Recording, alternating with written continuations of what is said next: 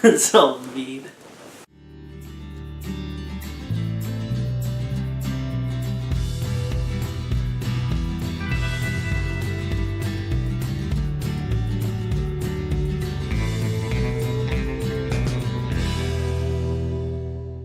So, welcome to Review Junction. I'm Kyle, and I'm Zack. And we may have different opinions on this review that we're doing, but basically, in response to all these amazing reviews for Black Panther, I got really angry because it's not a good movie. So I felt like I really had to get this video out there. And I also agree with him. Maybe not to the extent that he is, but I do agree. There are some things that need to be addressed about this movie, so... Kyle? Yeah, we were going to start with the script. I thought the script was pretty terrible, if I'm being honest. I can agree with that. Probably not to the extent that you think, but I can agree that the script by no means was as good as people are making it out to be. Yeah. It's very poorly paced. So, for one, I didn't think there were enough action scenes throughout, or at least interesting action scenes, because they're not choreographed or written that well. If you'd let me, my thing I found weirdest about the action scenes was it was almost teased that there was potential for action scenes with his bodyguards. Like, every time they pulled out their spears, it seemed like we were about to get a really cool action scene, and then they did some really weird CGI mess, like, right after. And I was just like, okay. Like, you need to take a fucking lesson from the Russo brothers over here, but, you know. I actually had a note on that. The Russo brothers, like, that's from a directive standpoint. Maybe we should just, focus on the script, but I mean, the way they handle action, everything has impact. Yeah. I agree. Every time Captain America throws a shield and hits someone, or even if he just kicks someone, man, you feel an oomph, right? Like, they know how to do action. Yeah. But even from a script perspective, the action scenes weren't that interesting. For instance, at the beginning, we had Andy Serkis.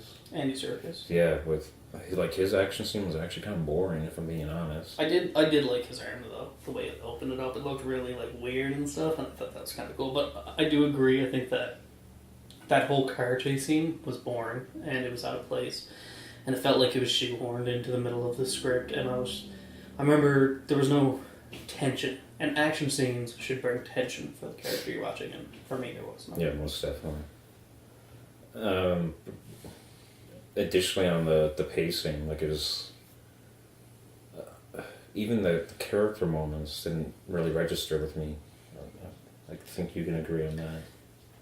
To an extent, I do think there was one character. You're probably going to get into characters later. Yeah. There was one character I thought was amazing. He's the best villain the MCU's had to date, which is a testament to itself. But even that is not enough to save the problems, and one of the biggest problems with me, for me anyway, was the character of T'Challa and the pacing for his story, and not only that, but just how unimportant his story was to the whole concept of the script. Well, we have a lack of any meaningful character arc for him, so... He starts out the movie being the king, and he ends up being the king. Yeah, where does it go exactly? And it's supposed to be a tale about being a king. I think that they already addressed some of the things in Winter Soldier that they were trying to address. And which his character arc is more interesting. Yeah, and he had, 10 minutes of screen time? Well, probably 15 or so, but still. So, that's just a testament to the abilities of the Russo brothers compared to... Unfortunately, the director, I don't know his name off the top of my head, but the director of Black Panther, he's actually had good movies up until this point. I've enjoyed all his movies. He did Creed, and he did Fruitvale Station, which were phenomenal movies. They were amazing. I haven't seen either of them. And I was actually kind of pumped for him being the director of this, but after watching it, I thought this was definitely his biggest flop. Yeah, easily. Yeah. It was easily his worst movie. Jeez. Oh, and another thing in the script that I really didn't like, Zach may not agree with this one, is the humor. So the humor never landed, not even once in my opinion. Like during points where I would at least smile, or where I was supposed to, it didn't work. Instead it took the immersion out of what was actually going on with the story. So I know this is a major problem in most Marvel movies, but the humor in this one really made me struggle to absorb what was going on throughout the rest of the story. I agree to an extent, but there were like 2 or 3. There's only even one joke that was memorable for me, to the point I can't even remember the other ones, but I remember there was one scene. It was during that car chase scene when the car gets destroyed and then she slides down the road in the chair, and I kind of chuckled at that in the ears. But other than that, I agree. I think that the humor doesn't land in this movie, especially with everybody's going on Shuri, and yeah, she's probably one of the cooler characters in the movie. Obviously not as cool as Killmonger, but like, she literally said, "What are those?" Like, no, that's not funny. Come on. Like, that was just weird. Anyway. From a cast standpoint, we had some decent actors who did the best they could with the poor material they were given. I completely agree. So,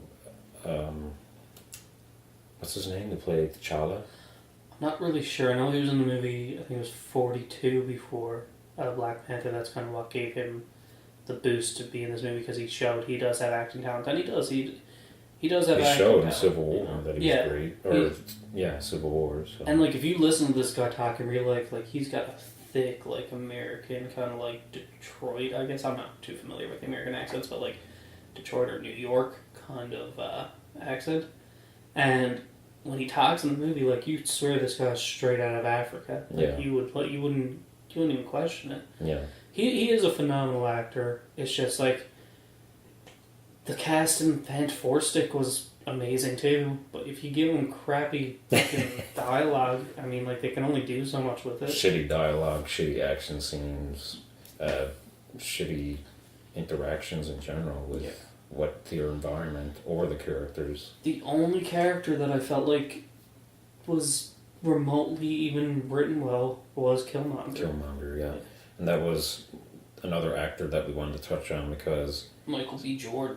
One of the best actors of our generation. He played Killmonger, and he did phenomenally better than any of the other actors in the movie. And any other Marvel villain to date. I mean, like, a lot of people would say, no, Loki's the best. I would say Winter Soldier, actually. Yeah. But Winter Soldier's good too, but I've never really looked at him as a full villain. True enough. I've looked at, in Winter Soldier the movie, I looked at I can't even remember his name now, because he's just like basically the twisting mustache villain.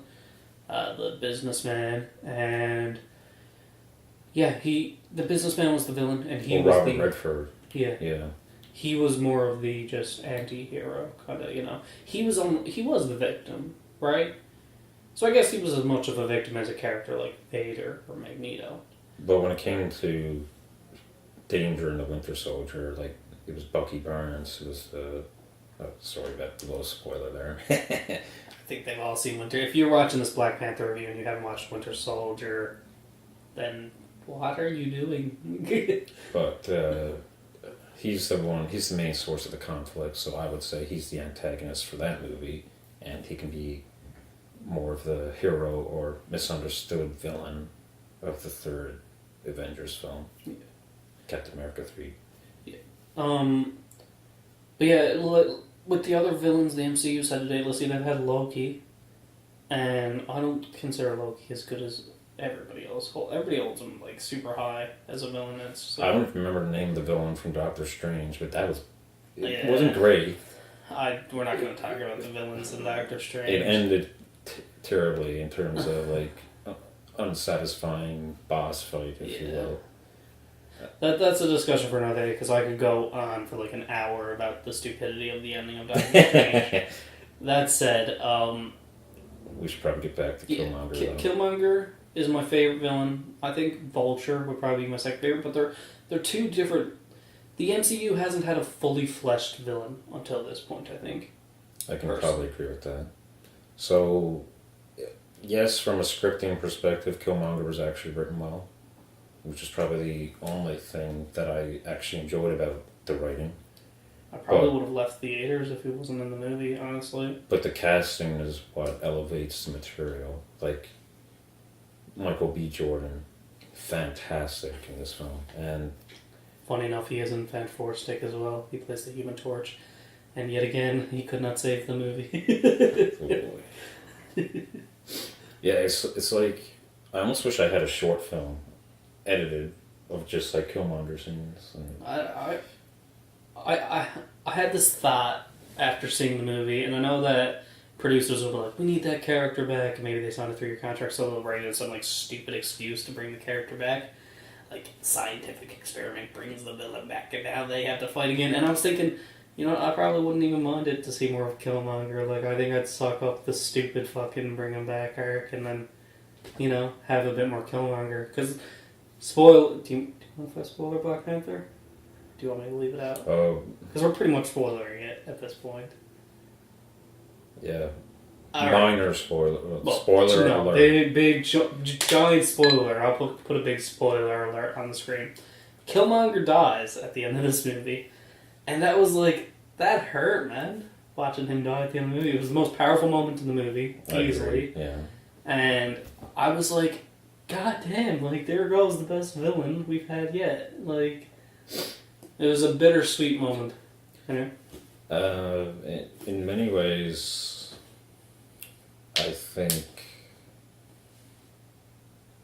he had a much better character arc than T'Challa. He had a character arc compared to T'Challa. Well, it's like T'Challa doesn't learn anything. Yeah. It's which is almost like a taboo for script writing. You need to have some kind of growth for a character. Some people might argue, like... Why is Killmonger the one who grows, right? Yes, some people might argue that he kind of grew in the light of his father's mistakes. But he didn't really. He had an opinion, he found out his father's mistake, and kept his opinion. Right? That's not an arc. That's just a character that doesn't grow. That stays in... Basically a character that stays in place throughout the whole movie and reacts to what's happening around the movie, instead of the movie reacting around him as well. And as a main character, you know, that's kind of a big misstep, right?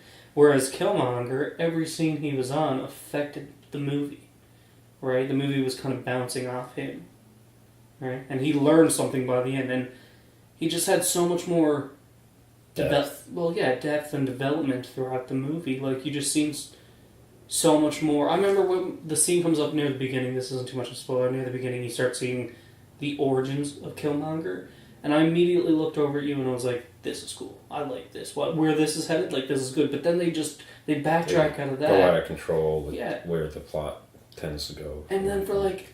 No, we're kind of mixing up cast and script, but the two are interconnected in this manner because Killmonger is both a great written character and a great...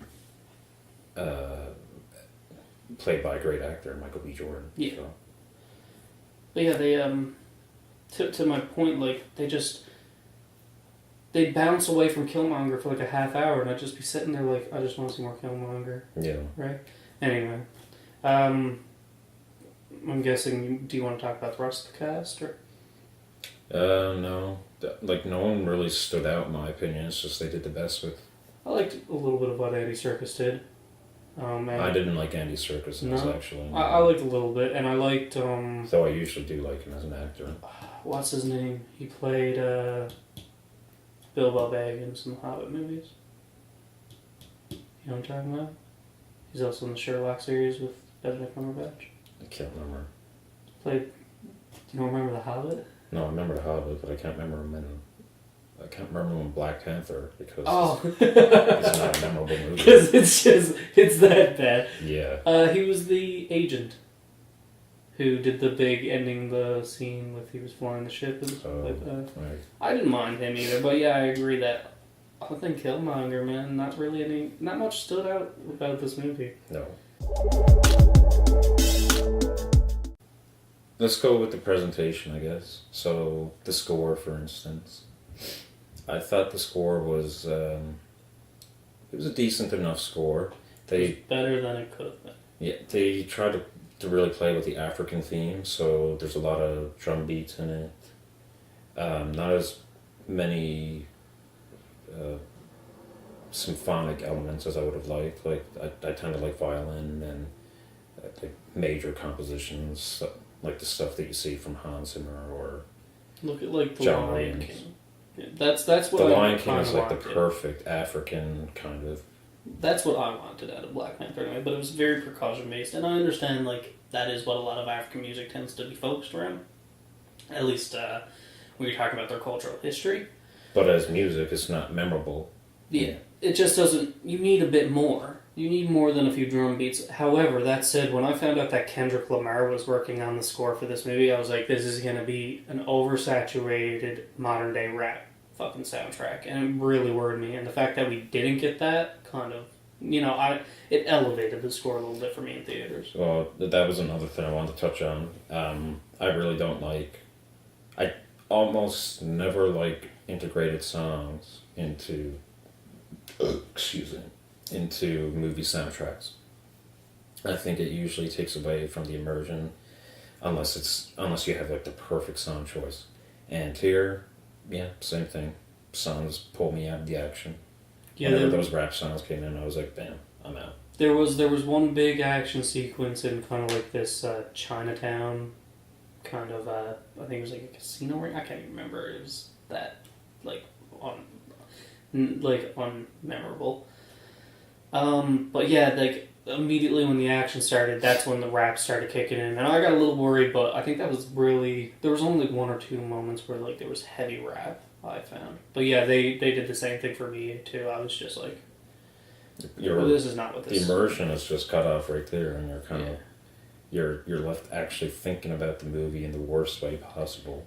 I mean, like let's should be focusing on the action or whatever's going on. Let's try to look at this through a different person's lens. Maybe a person who enjoys this rap, that was like a really big moment for them to really get into it. But I mean, like, I don't enjoy a lot of modern rap. I found like a very, very few songs. I like 90s rap. I'm a really fan of 90s Tupac rap. or Outkast. But a lot of modern rap I just don't get into. I think it's too violent, and I think it's falling onto the tropes that were what made it's the more bad beat oriented and less like actual instrumental. Like I remember that the best rap for me, anyways, is the kind that has samples from like great music. So Gangsta's Paradise or. I like when they play with that too, but my favorite kind of rap is when rap actually has meaning. The second they start rapping about like killing people or like, it depends on the context too, because Tupac's rapped a lot about killing people, but he raps in a different kind of manner. The way he puts his lyrics He gives together. the truth on like how he grew up. Yeah. And I find that interesting. He's exposing the ghetto for what it really is, to try to put it into a light that people can see. And he pokes out the flaws in the ghetto, but he also pokes out the flaws in like capitalism. But like when people jump on the screen and then they're throwing like dollar bills and they're like, I got your bitch or whatever, like shit like that, I'm just like, I don't need to listen to this. This is gonna make me more idiotic the longer I watch it. So just turn it off immediately. I guess we can talk briefly about special effects. They're bad. Yeah.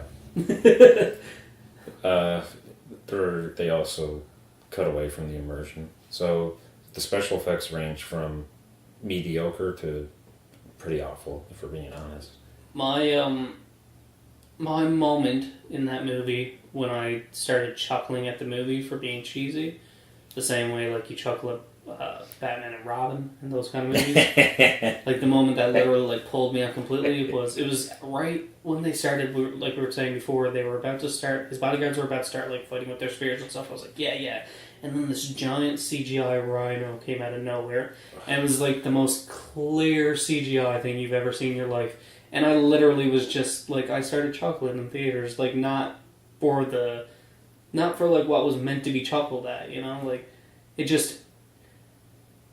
it took me out of the movie completely. In that one scene, I was just like, alright, this isn't serious anymore. There were a lot of scenes like that. Even, the car scene, when the car actually comes apart, I was just like... You weren't a fan? No, That was poorly handled. It was a bit cartoony, but I think it was like it worked with the way they were using how the action sequence was actually happening within the car. I think it made a little bit more sense. But that whole Rhino thing, like, there's just things like... It's really bad. Yeah, you're just like, this is a cartoon now. Like, when in Guardians of the Galaxy 2, I had a moment as well, and it's when they're landing on the planet at the beginning of the movie before they meet Ego, and Drax, like, flies out of the back of the ship and he grabs onto something and he starts getting beaten off trees. And I was just like, no, like, you're flying in a ship crashing towards the ground and you're hitting trees, and I think there was like pinball sounds and stuff when he was hitting the trees. Yeah, that was really bad, James Gunn. Oh, like, what are you doing? That is you're just making this into a cartoon now, right? And I know some people might argue that's what comic book movies are, but I completely disagree. Look at the Winter Soldier. That is not a cartoon. No, comic book movies have so much potential. Yeah. And with Guardians 2, Thor: The Dark World, and now Black Panther. We can add Black Panther to that list. They really don't do the source material justice. They missed the mark. I guess we can go into... There's one more thing I'd like to talk about presentation-wise, and it's only quick, but it did kind of... I thought it was a step back. It was a really big step back. I thought his suit looked really bad, and I hated the way that I didn't actually mind that. Oh, I thought it looked really bad, and the way it like morphed and like the face, I thought it looked way better in Civil War, and the way he actually took the helmet off in Civil War, I just thought it seemed more realistic. I did like that, yeah. It was cooler in Civil War. The Russo brothers again did it better. And I just thought yeah, that's true. The Russo brothers did do it better. I think we should address the race issues. This is okay. Obviously, you have two white boys talking about. So let's address the elephant in the room. And no, I'm not talking about me. But we're just tears slowly down my face. we're not racist in any sense of the word. Like, we support. I mean, if you are looking at us as like they don't like it just because of race issues, we've already made it clear. I think Michael B. Jordan is one of the best actors of our generation. I don't look at him like, oh, he's a better actor because he's black, because that's ridiculous. Yeah. People are good actors because they're good actors. Judge a person by their character, not by the color of their skin. I love, like... I just think there are much better films that handle, like, a black cast, if you will. So, Django Unchained, 12 Years a Slave, for example. Like, Django Unchained is such a good movie. If you're looking for... It is, man. It's such a good movie. I like the way you die, boy. Oh my god. Just like... That was awesome. One of the best moments in cinema, easily. Fuck, I laughed a lot at that. I don't know if it was intentional or not. But... Say goodbye to Miss What's-Her-Name. Say goodbye. Pulls out the gun and shoots her. Oh, Jamie Foxx, man, you're such a good actor. As long as we're not talking about Electro. Sometimes, yeah. He's got his moments. Yeah, so this is definitely not a racial issue. It's just we really didn't like the movie. I wanted to go over two things that I thought Marvel... Like, two reasons I think everyone's going nuts over this movie. One of them is the fact that Disney is paying off all the reviewers. Let's just get that out of the way. Well, I watched a video from Film Theory yesterday, and apparently, like, it's still conspiracy, but companies have already been shown to use these. There's something called, like, social bots that company use to try to, like, sway systems on the internet more into their favor. Okay, this sounds really sketchy. So if they they'll make a thing that has a bunch of bots that actually, like, you know how sometimes you can get emails from bots and stuff like that, and like some of them, most of them, you can be like, okay, that's a bot, but sometimes some slip under the radar. Well, that's pretty much what these companies do, is they campaign a bunch of bots to basically attack like a review article thing. And then basically the reviews all get skewed into a direction. That's ridiculous. Right? So it makes you wonder. Like, I'm not accusing Disney of using these bots, but if someone It came up wouldn't tomorrow, surprise me. if someone came up tomorrow and was like, turns out Disney was using bots to skew the opinion, I'd be like, okay, Oh, yeah. Yeah, I knew that. Because it is already common fact, this is known fact, that reviews on the internet, such as like Metacritic and Rotten Tomatoes and IGN and stuff, they do affect the box office totals. Like, they affects the movie gross of the movie in general. Like, that is fact. You cannot argue that. No. So why wouldn't a company that's putting $250 million into a movie throw an extra like $20,000 to the side and be like, yo, make sure that the reviews are a little bit more in our favor. Like, I'd pay do this it. reviewer and this reviewer. If I had $250 million put into something, I'd do it. Yeah, it makes a lot of sense to want to pay off your reviewers. And I think a lot of the public consensus, like you can argue, a lot of users who aren't being paid by Disney are giving good reviews. But it's been proven that just by giving like a highly positive praise to this movie, that users will tend to agree with that opinion. Yeah. So, I mean, like, look, people online think that Superman, or according to Rotten Tomatoes, Superman Returns is a better movie than Man of Steel. that is not true at all. That's just ridiculous. That's fucking ridiculous. That's like, no, that's just, I don't trust Rotten Tomatoes, like, at all anymore. I never go to Rotten Tomatoes for an actual, I usually, might be Metacritic I use, I can't remember. There's one that's IMDb is pretty honest. Yeah. Excuse me. So yeah, that was one of the main reasons we thought that this movie was like exploding all over the internet. But the other one is the fact that it has like an all black cast, and I'll admit this is something new for Disney Marvel. Because honestly, we've been dealing primarily with like a all white cast. But like we said before, other movies like Django Unchained have done it better, or 12 Years a Slave. I think people are kind of afraid to, some people, and maybe if they're like actually professional critics and stuff, then, you might want to be a little bit careful if your actual employment is on the line, if you're going to start saying stuff. But I personally, you shouldn't be afraid to say your opinion. No. It's your opinion. You're not racist if you don't like Black Panther. That's just ridiculous. Like, It is, yeah. Come on. Like, and it's a movie that doesn't deserve a free pass. It doesn't. It doesn't deserve a free pass just for having that all black cast come out. In our opinion, you might love Black Panther. You might think, this is the greatest thing on fucking planet Earth. But like I'm not even a very critical thinker when it comes to movies, and I was bored. Like, I can understand from a critical standpoint why you really wouldn't like the movie, because there are a lot of flaws. A lot. Right? But like, even myself, I'm not a very critical thinker. I tend to go in and I base my movies enjoyment based on the fun that I actually had in the movie. And I just didn't have much fun in this movie. So, I think that's a testament to itself. Yeah. I guess we should come down to the recommendation, but I think that's pretty obvious. Yeah. I think this is one of the MCU's Marvel, sorry. I think this is one of the MCU's 3 worst films. And it's right next to Thor: The Dark World and Guardians of the Galaxy 2. That's saying something. It's just as poorly written as those 2 movies. And just as entertaining, if I might say so.